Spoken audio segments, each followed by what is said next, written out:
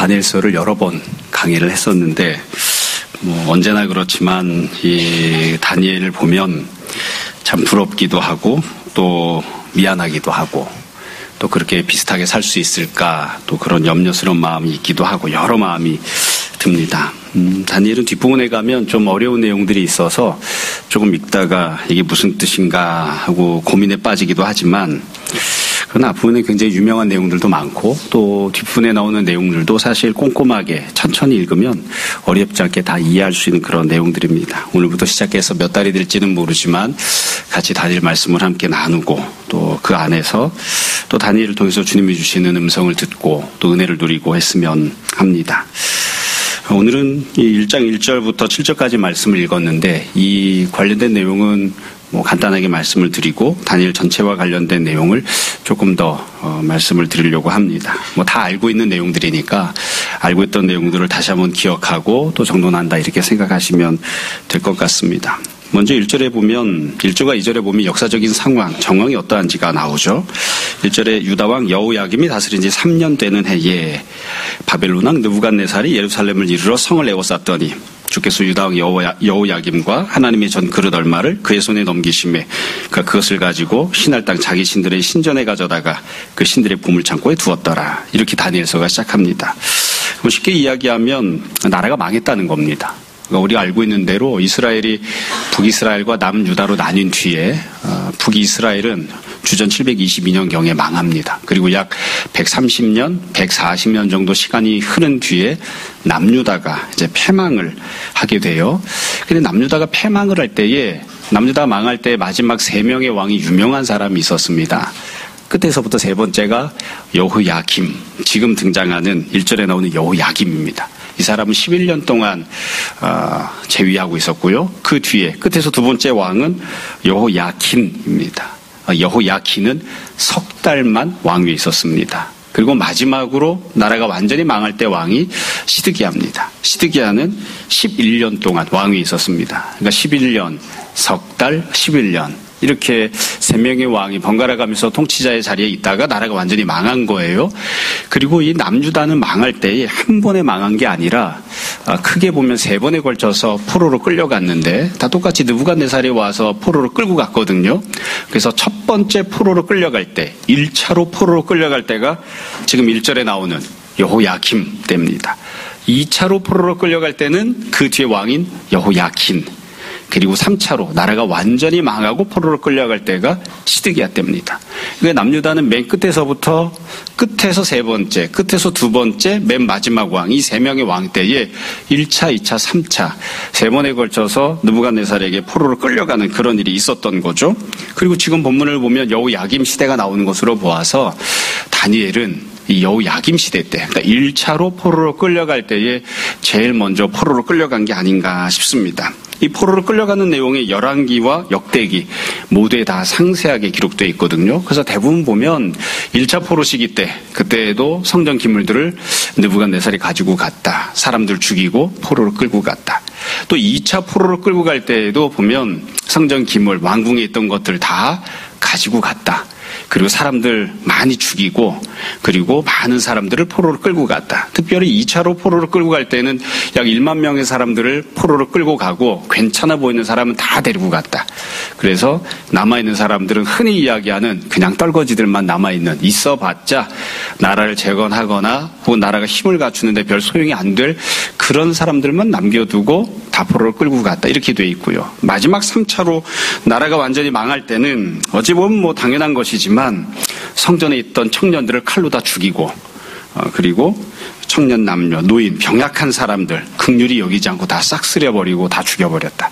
그리고 남아있던 사람들을 포로로 끌고 가고 성전에 남아있던 것들 그리고 백성들이 갖고 있던 귀한 것들 다 가지고 갔다. 이렇게 되어 있습니다. 마지막 시드기야 왕은 굉장히 불행한 인생을 살았던 사람인데 물론 자기 죄에 대해서 심판을 받은 것이긴 하지만 아들들이 있었는데 전쟁터에서 그 아들들이 시드기야 아버지 눈앞에서 다 죽임당합니다.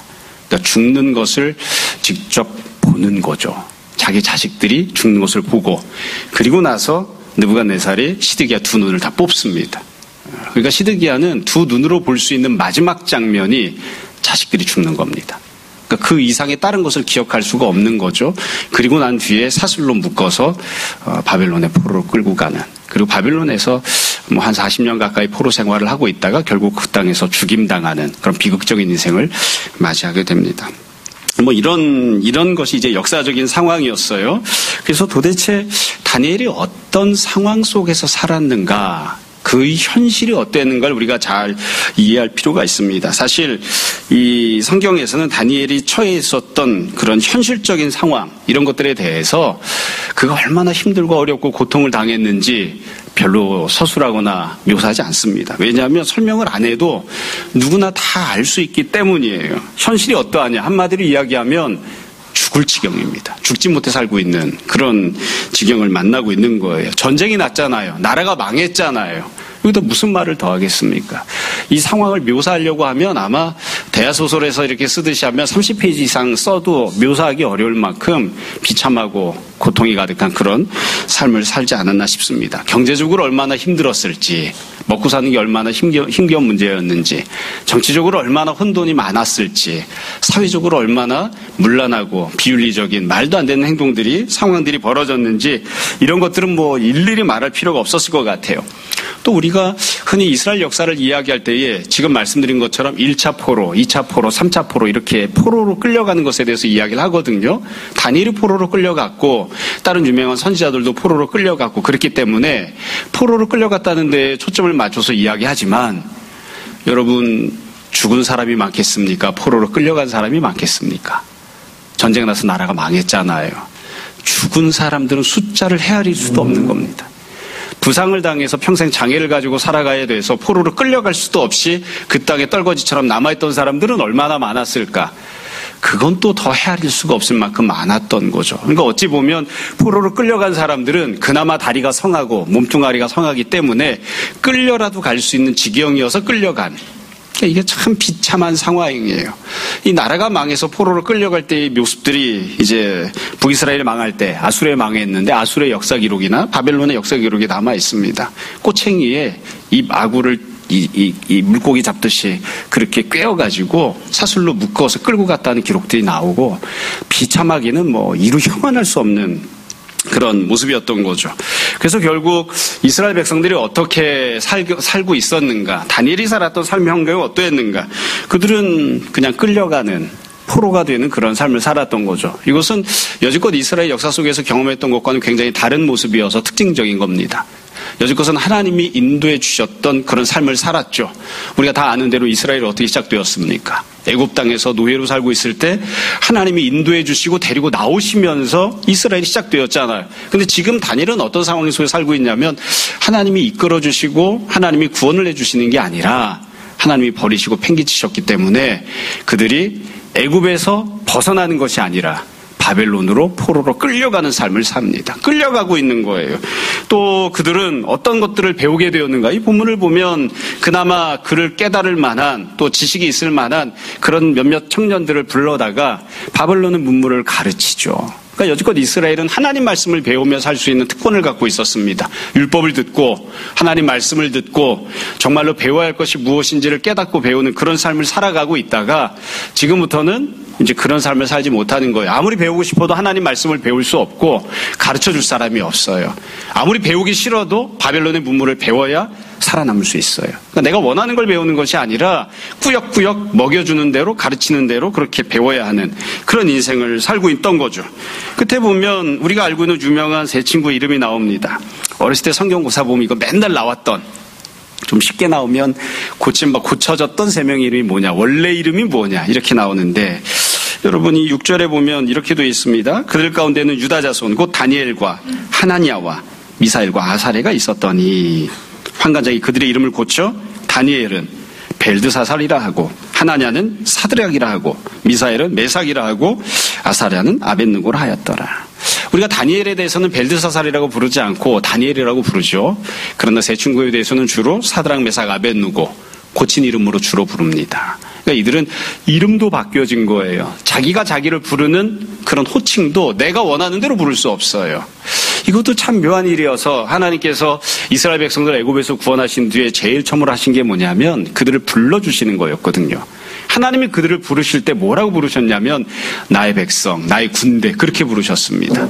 그리고 출애굽해서 시내산에 갔을 때에는 너희는 거룩한 나라, 거룩한 제사장 나라, 거룩한 백성, 선택받은 자들이다 그렇게 부르셨고 또 하나님께서 이스라엘 향해서 너희를 내가 나의 이름으로 부르겠다. 너희는 나의 보석 같은 존재야. 나의 보석이야. 그래서 세굴라라고 부르셨습니다. 그러니까 하나님께서 그들을 다 그렇게 귀하게 불러주셨는데 지금은 어떠하냐? 그렇게 못 부르는 거예요. 바벨론 사람들이 지어주는 이름대로 부르는 거예요. 우리나라도 예전에 일제강점기 시대 때 창씨개명을 했죠. 각자가 갖고 있던 이름이 아니라 일본식으로 이름을 바꿔서 부르는 그런 일들이 있었던 거죠. 참 슬프게도 6절에 보면 여기 나오는 다니엘과 세 친구 이름이 있는데 다니엘, 엘이라고 하는 건 하나님이란 뜻입니다. 하나냐, 야라고 할 때 이름 끝에 보면 야자가 들어가는 건 야훼를 줄임말입니다. 그러니까 야훼 하나님 이름이 들어가는 거 하나냐, 미사엘, 엘도 하나님이라는 뜻이 들어있죠. 아사랴, 랴도 야라고 하는 단어가 맨 끝에 들어있죠. 그래서 이 다니엘과 세 친구의 이름 안에는 다 여호와 하나님 이름이 다 들어가 있었어요. 근데 이걸 다 바꾼 거죠. 다니엘은 이름을 벨드사살이라고 했는데 이 뜻이 무엇인지 정확하게 알기 어렵습니다. 다만 분명한 사실은 이름 앞에 벨이라고 하는 단어가 들어가 있는데 이 벨이라고 하는 건 바벨론이 섬기던 신의 이름입니다. 그러니까 벨신이여 나를 구원하소서, 벨신이여 나를 건지소서, 벨신이여 나를 지켜주소서, 아마 이런 뜻이었을 거라고 생각하는 거예요. 그러니까 다니엘이 원래는 하나님께서 심판하신다, 하나님이 인도하신다 이런 뜻이었는데 나중에 이름 뜻이 벨신이여 나를 지켜주소서 이런 식으로 이름을 바꿨으니까 자기 이름을 부를 때마다 얼마나 비참했을까 싶습니다. 결국 이 다니엘이 살아가고 있던 삶의 현실은 어떠했는가? 다니엘이 살았던 삶의 현실은 모든 것들이 비참한, 모든 것들이 다 빼앗긴 그런 모습인 거예요. 나중에도 계속해서 설명하고 말씀드리겠습니다만 인생을 살아갈 때 삶의 모습은 우리가 생각할 때는 흔히 세 가지 종류의 삶이 있다고 생각해요. 하나는 하나님의 인도하심을 받고 하나님을 섬기며 사는 삶입니다. 근데 이스라엘은 그걸 원하지 않았어요. 그래서 두 번째로 그들이 선택했던 삶은 내가 결정하고 내가 원하는 대로 사는 삶을 선택했습니다. 그게 가능하다고 생각했거든요. 근데 실제 현실은 어떠했느냐. 세 번째 삶이 있죠. 끌려가는 삶. 세상이 부여하는 이름을 갖고 살아가는 삶. 세상이 주는 대로 먹고 살아가는 삶. 세상이 가르치는 걸 배워야 하는 삶이 있습니다. 이 세 종류의 삶 가운데 사람들은 종종 두 번째가 가능하다고 생각해요. 우리들도 그런 걸 생각하죠. 이스라엘도 그렇게 생각한 거예요. 내가 원하는 대로 내가 결정해서 내가 노력하고 내가 나의 결실을 맺어서 내 나름대로의 삶을 살겠다. 그렇게 생각해서 하나님을 섬기거나 하나님의 인도하심을 받는 그런 삶을 다 갖다 버린 거거든요. 내가 살겠다고 선택하고 살았던 거였거든요. 그 결과는 어떠했느냐? 두 번째 종류의 삶은 거의 존재하지 않습니다. 그건 책상머리에서나 존재하는 것이지 삶은 거의 대부분 두 가지예요. 하나는 하나님 섬기며 살든지 아니면 두 번째로는 세상에 끌려다니며 살든지. 그러니까 이스라엘은 자기들 원하는 대로 살겠다고 생각했지만 결국에는 세상이 꾸역꾸역 먹여주는 대로 그냥 개돼지처럼 먹고 살아야 하는 그렇게 끌려가는 인생을 살게 된 거죠. 이게 지금 다니엘이 처해있던 삶의 모습이었습니다. 한 가지를 우리가 이 상황에서 분명하게 생각해야 됩니다. 왜 이렇게 되었는가요? 왜 이렇게 되었는가? 이유는 아주 간단해요.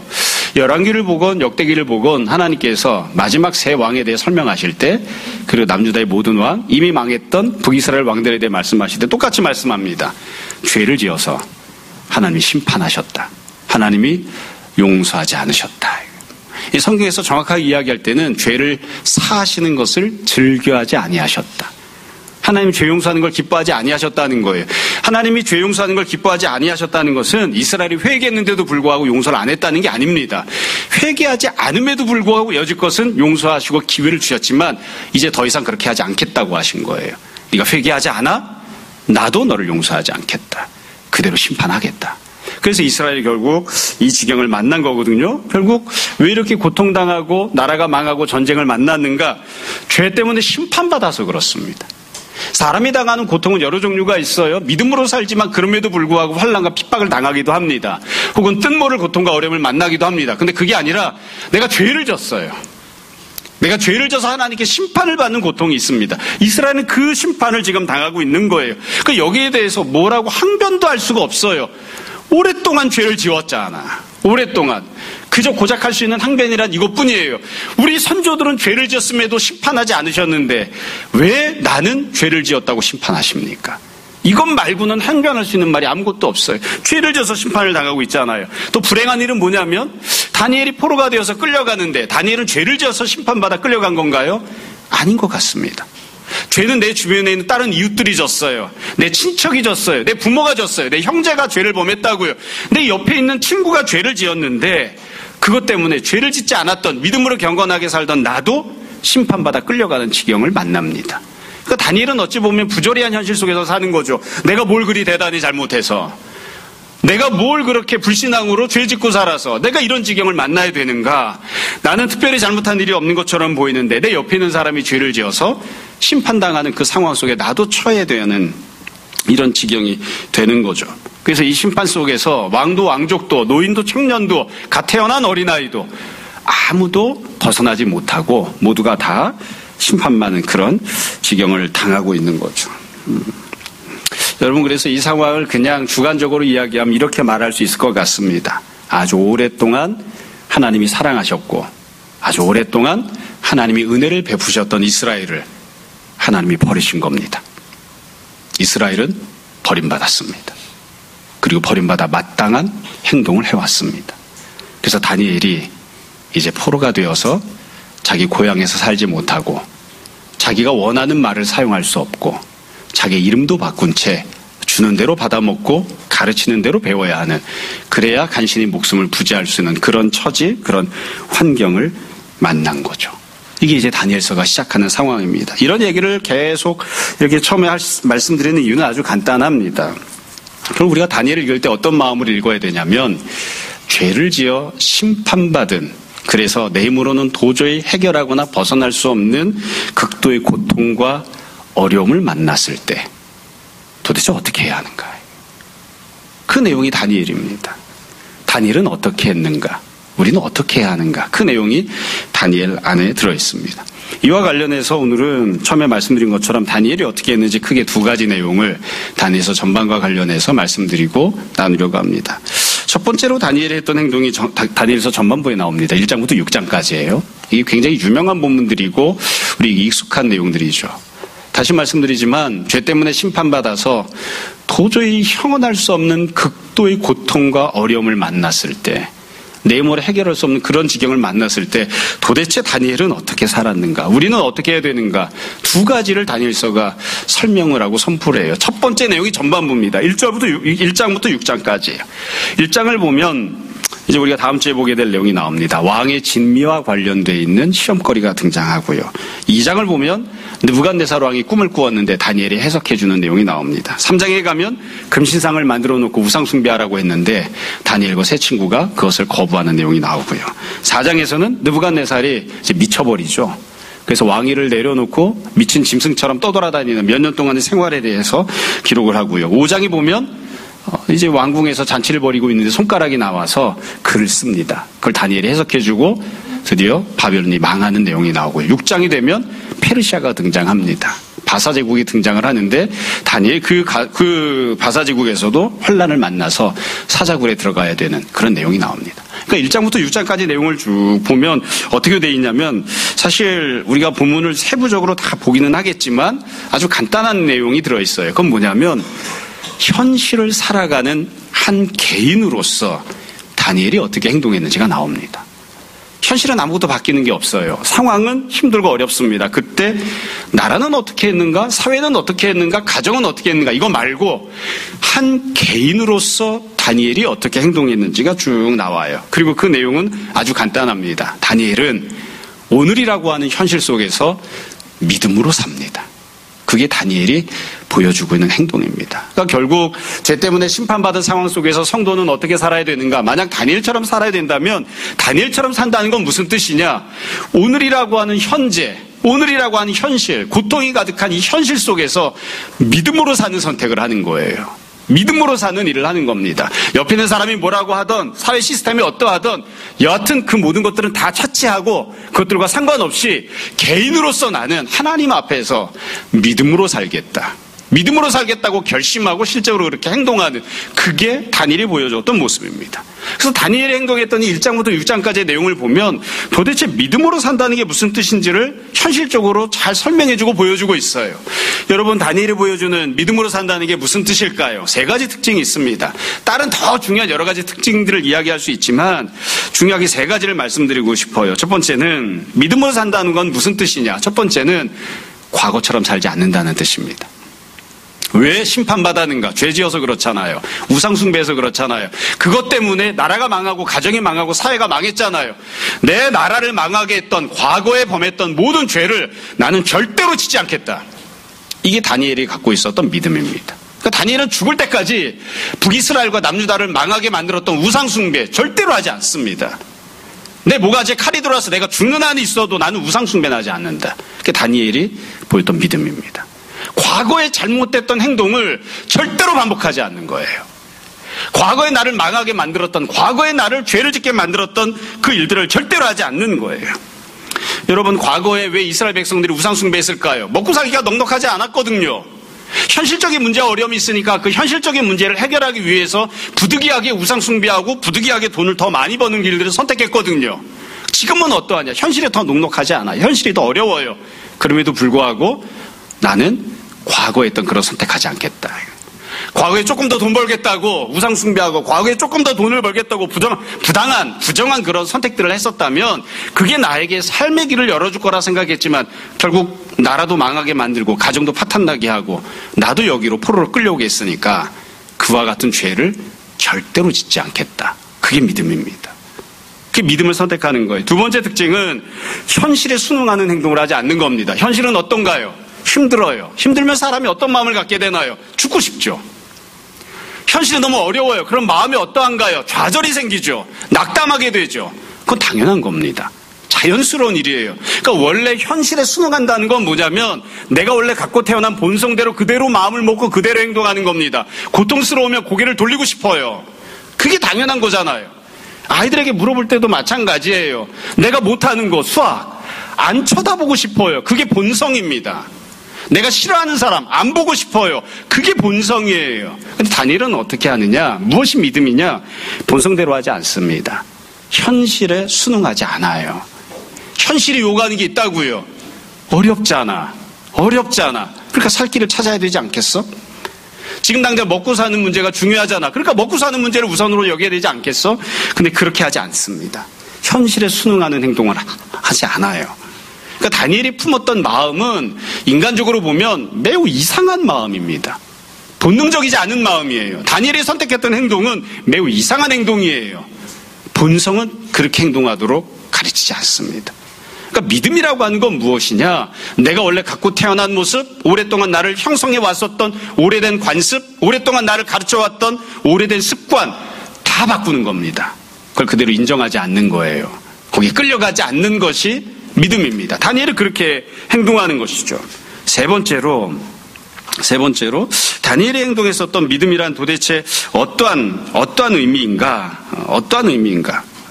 다니엘은 주변 사람들과 다른 선택을 합니다. 그게 믿음입니다. 우리가 종종 자기 자신의 행동을 합리화할 때 무슨 얘기를 하냐면 다 그렇게 해요 라고 이야기합니다. 다 그렇게 느껴요.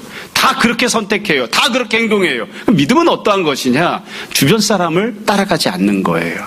원래 거룩함이라고 하는 단어가 갖고 있는 의미 그대로 세상 모든 사람이 다 그 길을 가도 너는 구별된 거룩한 삶을 살아라. 세상 사람과 다른 모습을 가져라. 그게 믿음이에요. 그러니까 다니엘이 어떻게 행동을 했는가? 이렇게 행동한 거예요.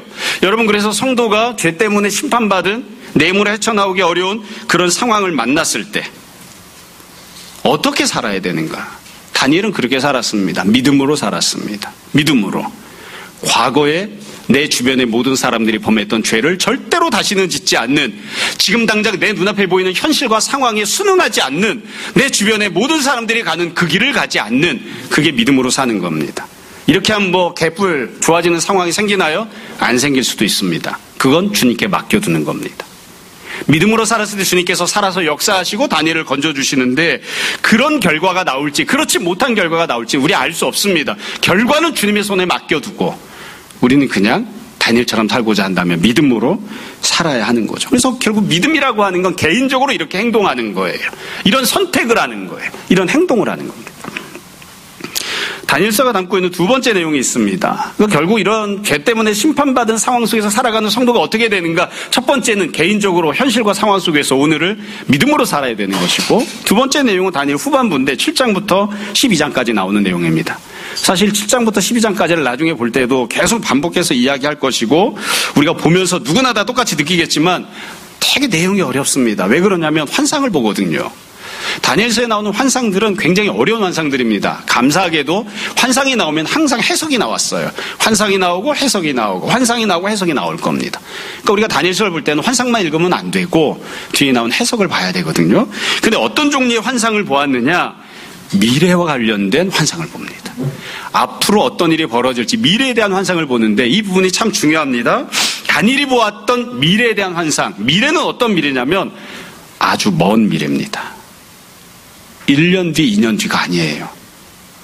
1년 뒤, 2년 뒤가 아니에요. 아주 먼 미래예요. 지금 바벨론이 온 세상을 다스리고 있는데 바벨론의 역사는 어떻게 될 것인가?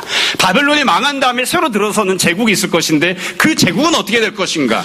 앞으로 한참 뒤에 이스라엘이 회복되어서 돌아갈 것인데 이스라엘이 회복되어 돌아간 뒤에 온 세계 역사는 어떻게 될 것인가? 그러다 종국에는 다니엘이 온 세상에 하나님의 나라가 임하는, 새하늘과 새 땅이 임하는 것을 봅니다. 그러니까 다니엘이 보았던 환상은 지금 당장과 관련된 게 아니에요. 더군다나 이 다니엘이 보았던 환상은 자기 자신과 관련된 것도 아닙니다. 내가 원하고 소망했던, 내가 오랫동안 기도했던 기도 제목은 어떻게 될 것인가? 여기에 대해서 환상을 보는 게 아니에요. 가끔가다 우리가 그런 얘기하죠. 우리도 다니엘처럼 누구처럼 환상을 보았으면, 근데 하나님께서 다니엘에게 주신 환상은 다니엘 개인과는 아무 상관이 없어요. 다인 개인의 욕심이나 개인의 바람이나 개인의 상황과는 아무 상관이 없어요. 좀 더 솔직하게 이야기를 하면 성경에서 구체적으로 이야기하진 않았지만 아마 다니엘은 결혼하지 않았던 것으로 보입니다. 자녀도 없어요. 다니엘 평생 다니엘이 보았던 환상이 성취되는 거 못 봅니다. 내 자녀는 보는가? 자녀가 없어요. 자녀가 없어요. 자녀가 없는데 한참 뒤에 100년 뒤에 200년 뒤에 온 세상이 어떻게 될지를 보는 게 다니엘에게 무슨 의미가 있겠어요. 근데 하나님이 다니엘에게 그 환상을 보게 하십니다. 어찌 보면 다니엘이 현실 속에서 믿음으로 살았기 때문에 하나님이 상급을 주신 게 이 환상일 텐데 하나님께서는 다니엘에게 어떤 힘을 주셨는가? 먼 미래를 바라보는 소망을 갖게 하셨습니다. 나는 누리지 못하지만, 나는 자식이 없기 때문에 내 자식도 누리지 못하지만 온 세상이 어떻게 될 것인지에 대해서 먼 미래를 바라보는 그런 소망을 주신 거예요. 이게 아주 중요한 특징이에요. 성도는 도대체 어떠한 힘으로 죄 때문에 심판받은 세상 속에서 살아갈 힘을 얻는가? 어떻게 살아가야 되는가? 성도는 소망을 품고 살아야 되는데 그 소망이란 내가 원하는 일이 결국 이루어질 거야, 이런 소망이 아닙니다. 내가 원했던 것처럼 우리나라가 부국강병을 이루고 이스라엘이 회복되고 돌아갈 거야, 그런 소망이 아닙니다. 나는 지금 당장 누릴 수 없는, 내 평생 누릴 수 없는, 내 자식들도 결코 누릴 수 없는, 그러나 결국 하나님께서 역사하실 온 인류의 역사와 새하늘과 새 땅이 이 땅에 임한다는 그 먼 미래에 대한 소망이 성도가 품어야 하는 소망입니다. 그래서 저는 사실 이거를 이해하기가 참 어려웠어요. 사실은 솔직하게 이야기하면 지금도 완전히 100% 완벽하게 이해되지는 않습니다. 스스로에게 물어봐요. 그게 과연 소망이 될까? 우리가 항상 그 질문을 하잖아요. 그게 과연 소망이 될까?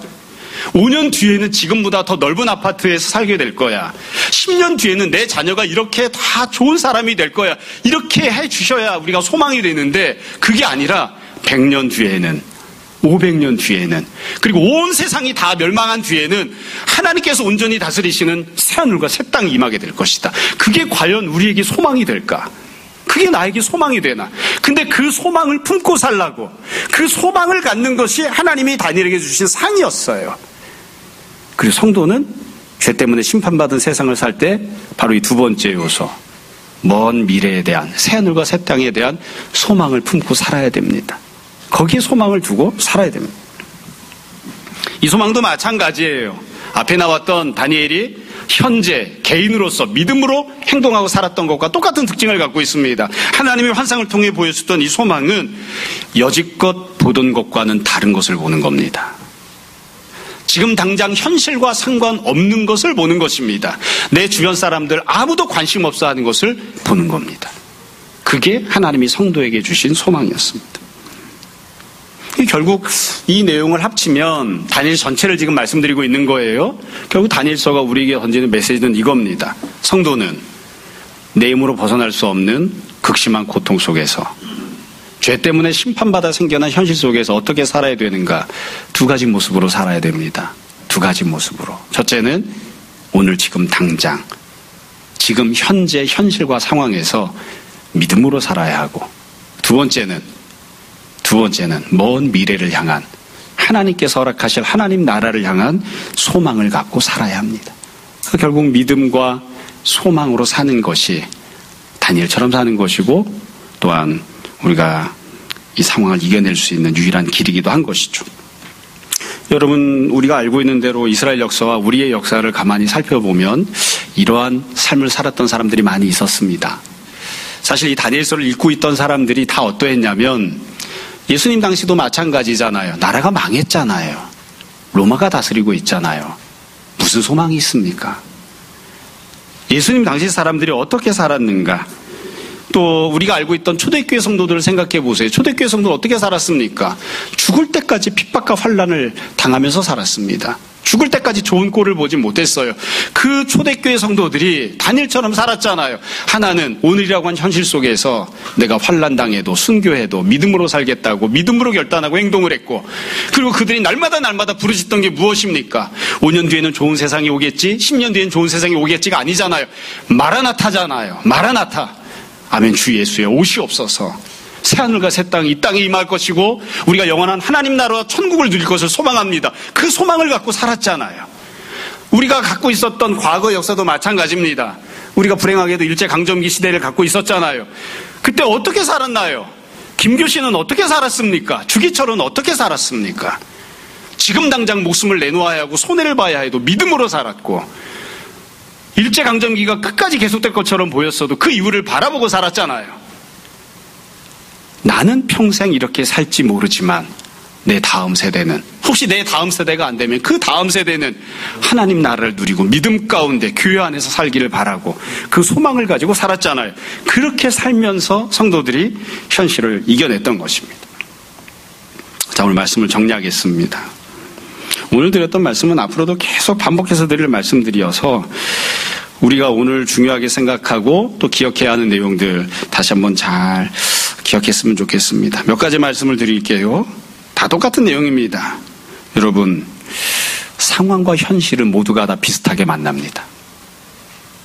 우리 다 죄를 지었건 죄를 짓지 않았건 죄 때문에 심판이 가득 찬 세상에서 살아갑니다. 다 똑같은 상황과 현실을 만납니다. 그러나 누구는 다니엘처럼 살고요, 누구는 다른 모습으로 삽니다. 그건 개인의 선택입니다. 대부분의 개인은, 대부분의 성도는 상황과 현실에 압도당하는 삶을 삽니다. 힘이 없으니까요. 그러나 그 상황을 뚫고 믿음으로 사는 개인들이 있습니다. 다니엘 같은 사람들이 있습니다. 많지 않지만 그렇게 살 수 있는 삶의 길도 있는 겁니다. 그래서 우리가 부득이하게 나는 상황이 어려워서, 현실이 어려워서, 본능이 너무 강해서, 마음이 힘들어서 기타 등등 여러 가지 이유를 들이대면서 스스로를 합리화해도 그래도 주님 앞에서 변명할 수 없습니다. 다니엘은 그렇지 않게 살았습니다. 다르게 사는 길도 있었습니다. 그러니까 우리도 내가 무언가에 끌려간다고 생각할 때 사실은 내가 그것을 선택했다고 하는 사실을 항상 기억해야 됩니다. 두 번째로, 오늘 설교 시간에 제가 드린 말씀의 핵심입니다. 성도는 어떻게 살아야 되는가? 현실을 믿음으로 이겨내고 살아야 됩니다. 그리고 먼 미래를 향한 하나님께서 허락하실 하나님 나라에 대한 궁극적인 소망을 품고 살아야 됩니다. 이것을 우리가 흔히 이야기할 때 종말론적인 삶이라고 이야기합니다. 제자는 그렇게 살아야 됩니다. 그렇게 살아야 됩니다. 마지막 세 번째로 다시 한 번 더 말씀드리겠습니다. 모두가 다 다니엘처럼 살 수는 없습니다. 그러나 다니엘처럼 사는 사람들이 있습니다. 모두가 다 주기철처럼 순교할 수도 없고, 모두가 다 김교신처럼 인생을 바쳐서 교육하는 일에 투신할 수도 없습니다. 그러나 주기철처럼 사는 사람도 있고 김교신처럼 사는 사람도 있습니다. 모두가 다 베드로처럼 순교하지 못하지만, 그러나 로마 황제가 칼을 들이댈 때에도 베드로처럼 사는 사람도 있습니다. 그래서 우리가 마음속에 다시 한 번 더 주님, 우리에게 믿음을 품게 해주십시오. 주님, 세상이 빼앗아갈 수 없는 10년, 100년, 500년의 세월이 빼앗아갈 수 없는 그런 소망을 우리가 품고 살아가게 해주십시오. 우리가 그렇게 기도하고 또 응답받고 은혜 가운데 살 수 있었으면 좋겠습니다. 모쪼록 우리가 이제부터 다니엘을 읽고 묵상하기 시작하는데 우리가 이 다니엘을 마치는 그날까지 조금씩 더 다니엘을 닮아가고 하나님께 영광을 돌리고 우리 자신도 이 땅에서부터 죽은 이후에까지 하나님 나라를 누리며 살아가는 귀한 성도가 되었으면 좋겠습니다. 이런 귀한 은혜가 우리 모두에게 풍성히 임하기를 주님 이름으로 축원합니다. 잠시 기도하겠습니다. 자, 오늘 말씀을 정돈해 보십시오.